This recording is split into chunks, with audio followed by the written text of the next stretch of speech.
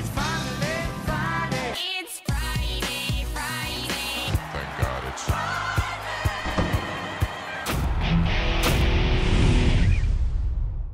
All right, welcome back to the Friday Show. I'm Scott Jagow along with Ray Paulick. Happy New Year to you. We're glad you could join us. We had a couple of weeks off. Ray, hope you enjoyed your holidays. I did. And we're, of course, it's early January 2019. It's that time of year to look ahead to what we can expect or what we hope for in the coming year. We've got a few topics to go over. I'll let you start. Well, I'm going to say that, we've been hearing for years now that there's a shortage of horses, and that's contributing to fewer race dates, smaller fields. But I want to say it's not a horse shortage, it's an ownership shortage. And while there are some organizations that are trying to recruit owners, I know the Jockey Club, the Thoroughbred Owners and Breeders Association, among others, I don't really see a big national effort that includes the sales companies, the racetracks, the Jockey Club, the associations, the breeders associations. Getting more owners in this game keeps this game going. And I really think there needs to be a big idea. Let's get all of these groups that have money, from the Breeders' Cup to the Jockey Club to the racing companies, to say, okay, what can we do on a national basis to get people to introduce horse ownership to people? By default, they're kind of allowing the racing partnerships to be the marketing arm for ownership, and some of them do a good job, but it's really not up to them. It's up to the industry to get more people to buy horses, to own horses, and that's going to make the game a lot healthier. Well, a concentration of ownership with just a few of these big partnerships is causing problems. We saw what happened at the Belmont Stakes this year. There are conflicts of interest, or last year rather, conflicts of interest that can occur. And, when you have few owners, you see fields where, there three of them are all the same, So that doesn't do the game much good. And, they're all with the same trainers too. So that's causing a problem as well. Well, one of the issues that always comes up every year, and I feel like still needs to be addressed, of course, is drug testing and medication oversight. National medication oversight. Whether it's USADA or someone else, we need more uniformity. The state-by-state system just doesn't work. Now, you can have progress in it, and we have seen progress in it, where there's more uniformity, but trainers still complain all the time about the rules being different from state to state. And then from state to state, the laboratories are different, the standards are different for thresholds on drugs, the types of drugs are different that are being tested for. So this is a problem. It hasn't been fixed. And, vets and equine medical directors and regulators point to things like there was some sort of survey or study that said 99% plus tests in horse racing are negative. That's a case of lies, damn lies, and statistics. Because anybody who knows something about this game knows that is not an accurate reflection of what's going on. That's like saying our crime rate is less than 1%, except for all the murders and robberies that are going on. So, to me, that is the biggest issue, still the big elephant in the room. Yeah, let's just say that Lance Armstrong never tested positive for the blood doping things that he finally admitted to using. Testing is not the only way to crack down on cheating.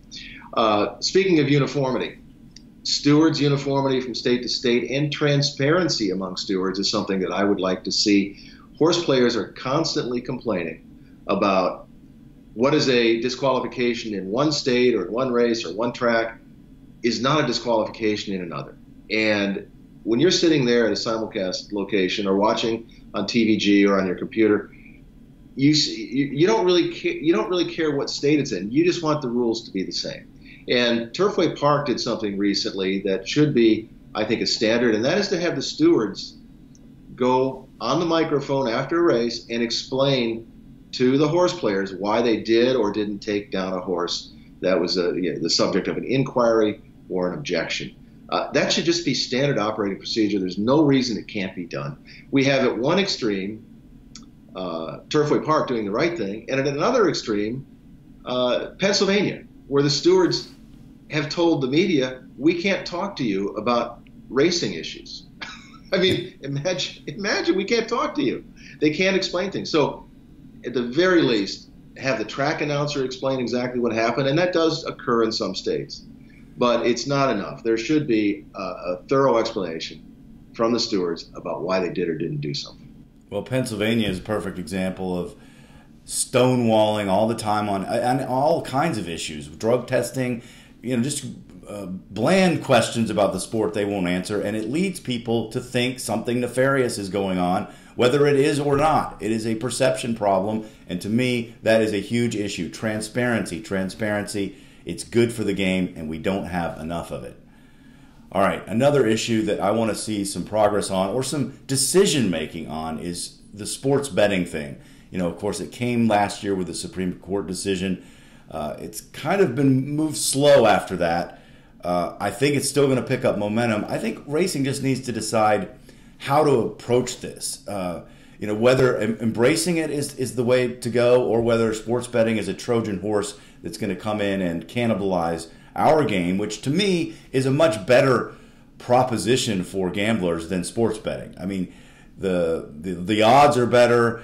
Maybe the takeout is higher in horse racing, but I think it's a better game. So we could take the approach of, hey, we got a better game. Let's market ourselves better to these potential sports gamblers and say, hey, come over here and try this because that's actually a better game. You can win more money.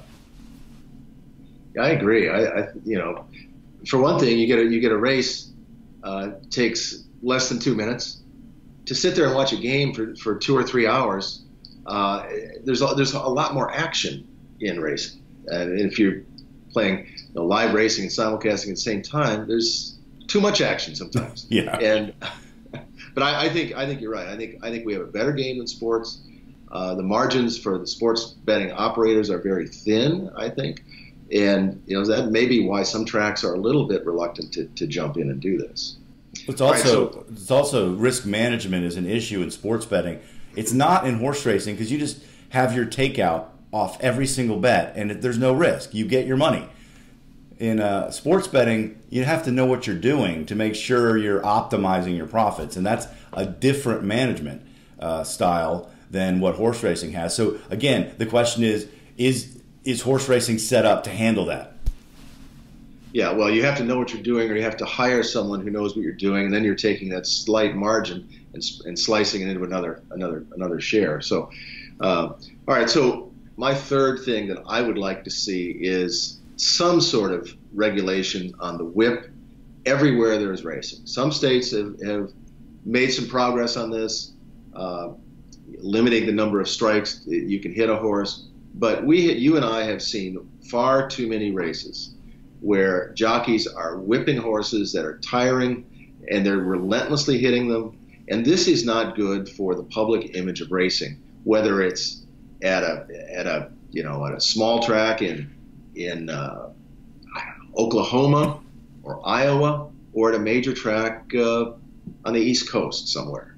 It's bad for the sport the times are changing in terms of the way people relate to animals, and we have to recognize that and take some steps to change the whip rules everywhere.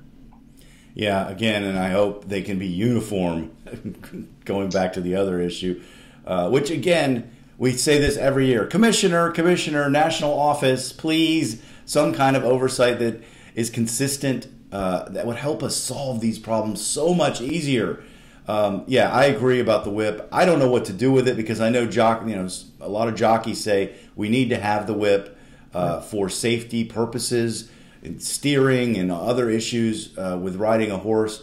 But there's no one that can defend using the whip 32 times in the stretch, or just the relentless use of the whip that we see. Not occasionally. I mean, quite often we see races where horses are being whipped incessantly throughout the stretch unnecessarily. There could be a use for the whip, and I think we have to agree on that somehow. But it is a huge public perception problem. It's one of several things that when the public at large looks at racing, they kind of wince. I mean, it's just a fact. Yeah, and I think that goes back to ownership recruitment too. You know, as we're trying to recruit people into the business, they see parts of the game that turn them off, and they're not going to, you know, have a warm and fuzzy feeling about owning horses if they have questions about the way the horses are treated, or you know, the absence of regulations on the use of the whip. Well, we have a poll about these subjects. Which one to you is the most important in 2019? We have 5 different options. Let us know at our website, paulickreport.com. All right, that's going to do it for this edition of the Friday Show. Thanks so much for joining us, and we'll talk to you next time.